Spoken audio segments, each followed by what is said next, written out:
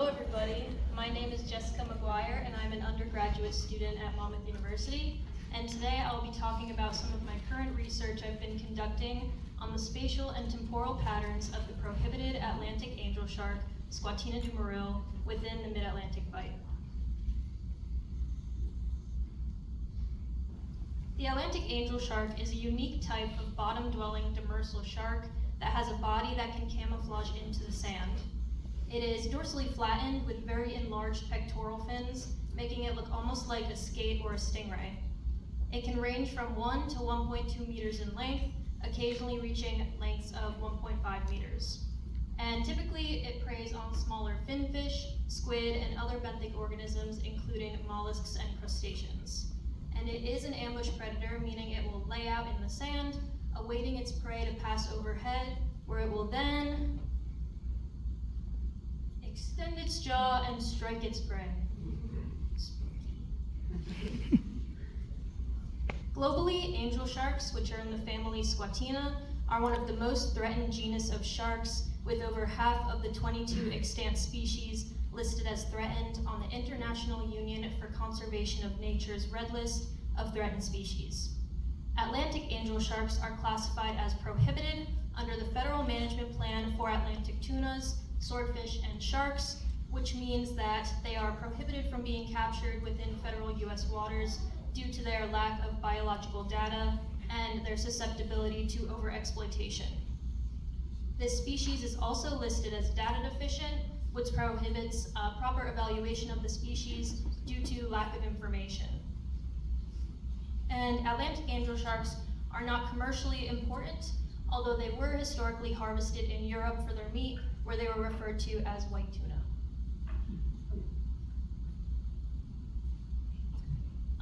Atlantic angel sharks have faced many threats to their populations, especially within the past 50 years, due to the intensity of commercial fishing. And it is known that Atlantic angel sharks tend to give birth inshore, where their juveniles tend to occupy the outer limits of estuaries. So this can cause some overlap between anthropogenic activities, including trawling, gill netting, and long-lining surveys, and they are actually very vulnerable to being caught as bycatch, especially within trawl surveys, due to their very flattened bodies, so they can be scooped up very easily. And this species is also a very late maturing case-selected species, only growing about 8 centimeters per year and reaching maturity at a total length of 102 to 107 centimeters in length.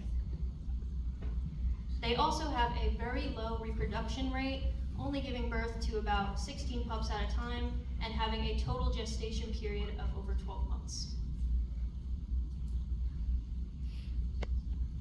It was previously thought that Atlantic angel sharks have a continuous distribution ranging from the northeast Atlantic coastline all the way down into the Gulf of Mexico, which is pictured in that top map up there.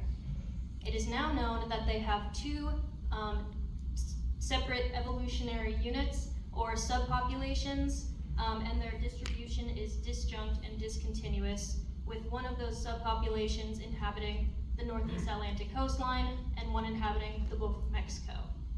And although there are two subpopulations of this species, most of the direct studies are conducted within the Gulf of Mexico. So the geographic range and whether they do exhibit seasonal migratory movements with this population in northeast Atlantic coastline is not very well known, and this is due to their data deficiency as well as the decreased sampling efforts within that range of their population.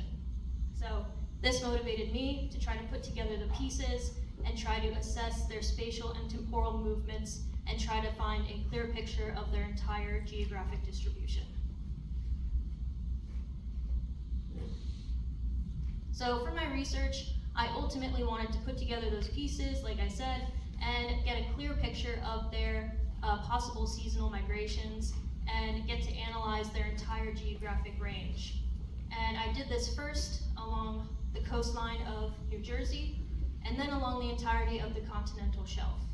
To do this, I used first long-term fishery-independent trawl survey data, and then a small subset of acoustically tagged angel sharks. And then I plotted the captures of the Atlantic angel sharks from the trawl surveys using ArcMap technology, and then I plotted the detections of the acoustically tagged sharks, also using ArcMap technology. And then by plotting those, I was able to get a nice visual of where these sharks move seasonally and their entire geographic range.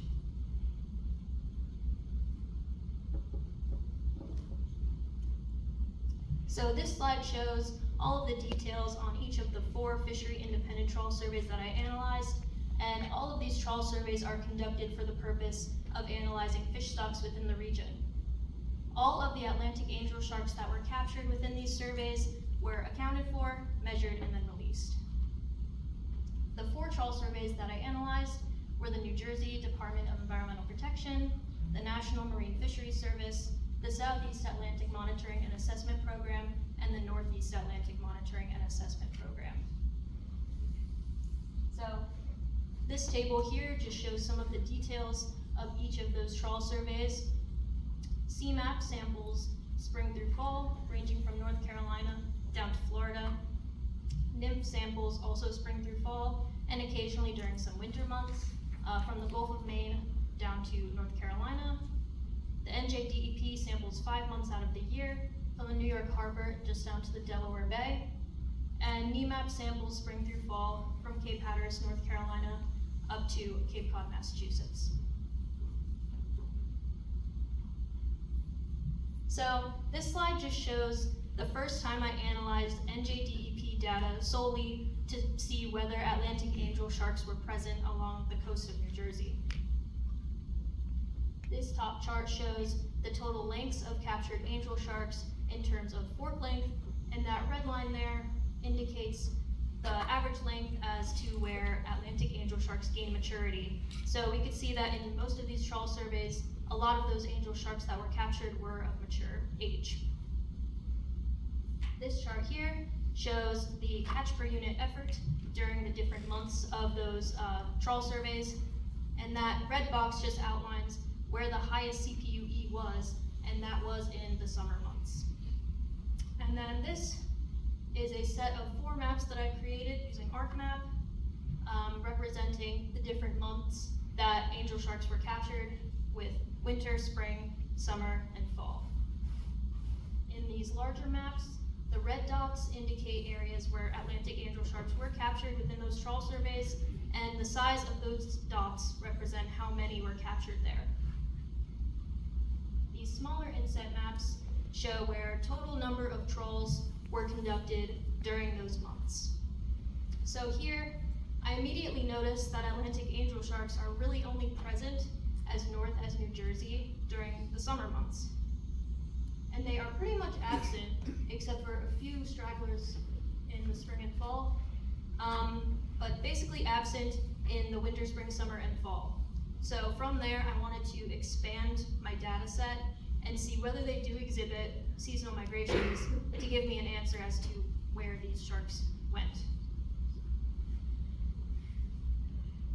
These next 4 maps that I'm going to show include all 4 of the trawl surveys, and this map here shows all of the trawl surveys conducted during the winter months, spanning from 1988 to 2021.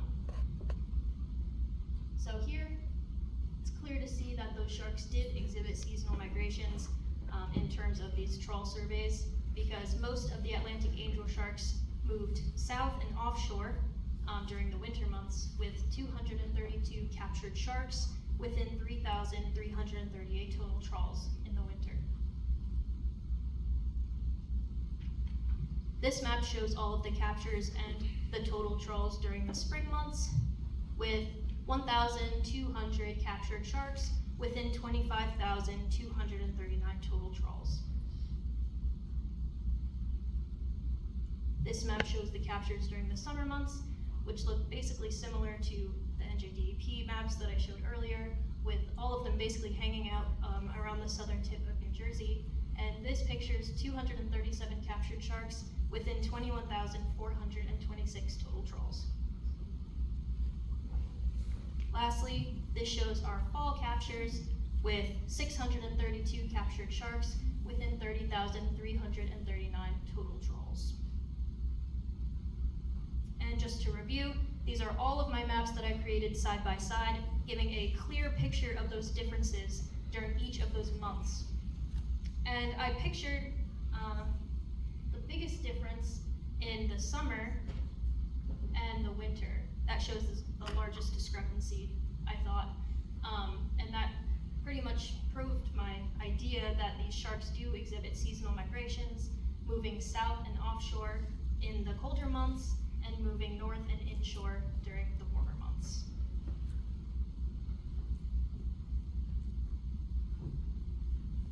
And then this map just shows the total number of captures from all of the trawl surveys during all seasons from 1988 to 2023, just showing that they do have a pretty condensed range spanning from North Carolina up to the southern tip of New Jersey.